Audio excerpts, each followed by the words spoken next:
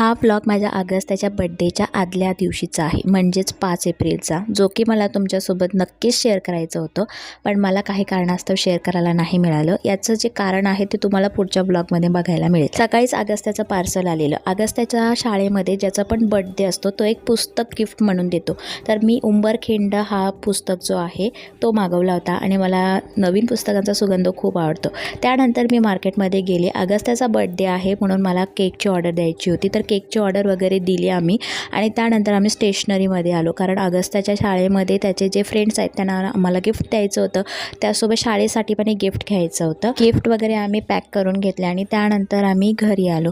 संध्याकाळी अगस्त्याला भूक लागली होती, तर त्याच्यासाठी शिरा बनवला आणि आजच आम्ही पापडसुद्धा लाटायला घेतले होते. तर आमच्या ज्या शेजारच्या वहिन्या काकी आहेत त्या आमच्याला मदत करायला येतात, तर आम्ही सगळ्यांनी मिळून पापड लाटून घेतले, कारण दुसऱ्या दिवशी घरामध्ये पसारा नको, अगस्त्याचा वाढदिवस आहे म्हणून आजच सगळे पापड आम्ही लाटून घेतले.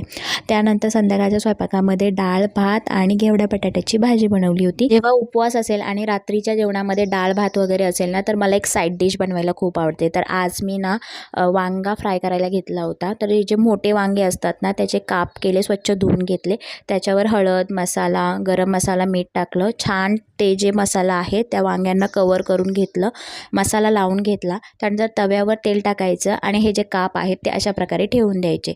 दोन्ही बाजूला कुरकुरीत होईपर्यंत छान ना फ्राय करून घ्यायचे आणि हे जे काप आहेत ना ते खायला इतके छान लागतात. बघायला गेलं ना तर मला आणि माझ्या नवऱ्याला वांगा इतकं काय आवडत नाही, पण जर वांगी जर अशी मी फ्राय केली ना तर आम्ही दोघं आवर्जून खातो आणि घरात पण सगळ्यांना खूप आवडतं.